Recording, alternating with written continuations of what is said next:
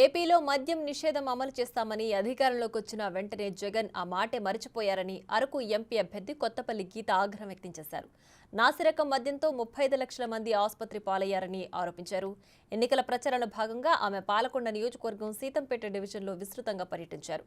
సిలగా, మల్లి, కుసుమి వంటి మారుమూల గ్రామాల్లో పలువురు ఓటర్లను కలిశారు.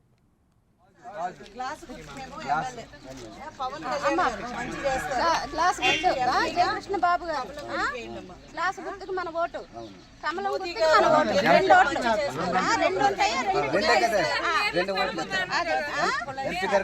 ఇస్తున్నారు, ముగ్గురుంటే ముగ్గురికి ఇస్తున్నారు. అన్ని వంకలు పెట్టి మీ button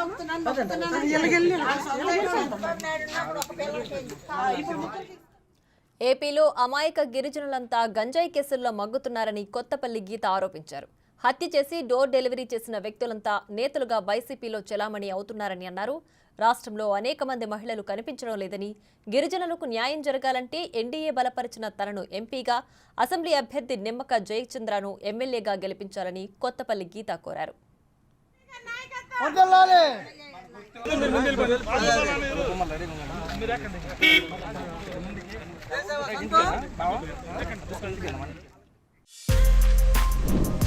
For more videos like this, subscribe Big TV channel.